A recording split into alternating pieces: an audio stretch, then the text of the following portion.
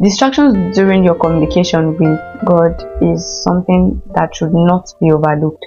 Your prayer times, your devotion, or that quiet time you have with the Father, they are critical moments and it should not be taken for granted.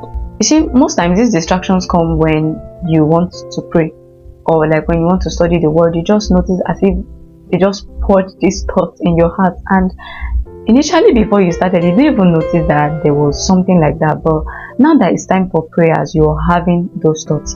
We must not be ignorant of these devices. We must not be ignorant of the devices and tricks the enemy is setting for us. Rather, we should pray about it and write them down, because writing them down and praying about it, it's saying you're being conscious of them and you aren't taking them for granted.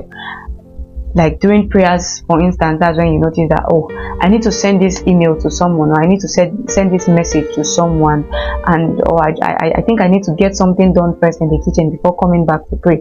And you're like, oh, it's okay. Initially at first you might say, I don't think it's distracting, but it is, because when you get to the kitchen, for instance, you just notice, oh, this has to be set in place, this has to be put in place first, and then at the end of the day you just notice that you're cut off either completely, or that valuable time is not just there. The Lord told Martha, he says, Martha, you are anxious and worried about many things. One thing is needful. Mary has chosen the good portion, and that will not be taken away from her.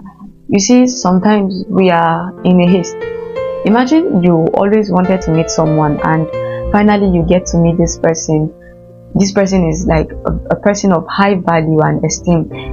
The attention you pay to it, like the value you placed on that meeting during the session and everything, is a lot, and it's undivided, because you know that you leaving that meeting or you meeting with this person means a lot, not just at that moment, but it can really like define a lot about your destiny and life.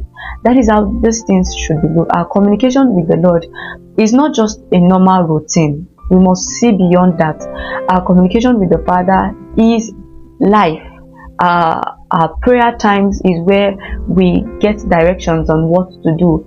It's where we are transformed and renewed. Before stepping out of the world out there, you get to like engage and know what the Lord is saying for that day.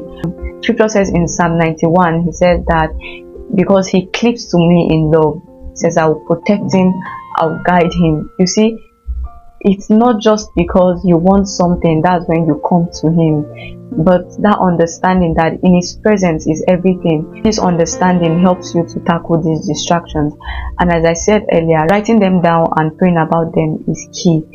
And I hope that we learn to identify what these distractions are, and whatever is worrying our heart, God really helps us to overcome them and work on them. And we also learn to understand that prayers is not just, or our communication with God is not just a routine, but a very vital part that must not be taken for granted as believers. Remember, it takes consistency and it takes deliberate action and prayers to tackle these things. Thank you so much, and stay blessed. Please don't forget to subscribe for more videos.